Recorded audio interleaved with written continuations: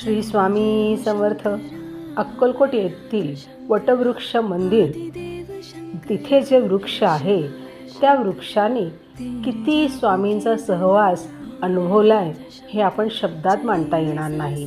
या वृक्षाखाली बसून स्वामींनी अनेकांना अनेक गोष्टी सांगितल्या. ते किती धन्यवान म्हणायला हवेत की खरंच महाराजांचा त्यांना सहवास लाभला.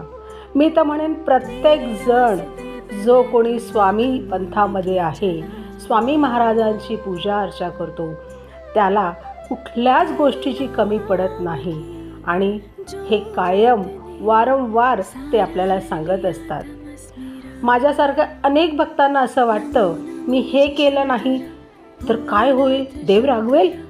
अहो नाही रागवत. का रागवेल देव? ते स्वामी महाराज आहेत.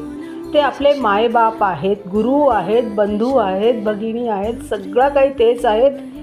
असे श्री स्वामी समर्थ.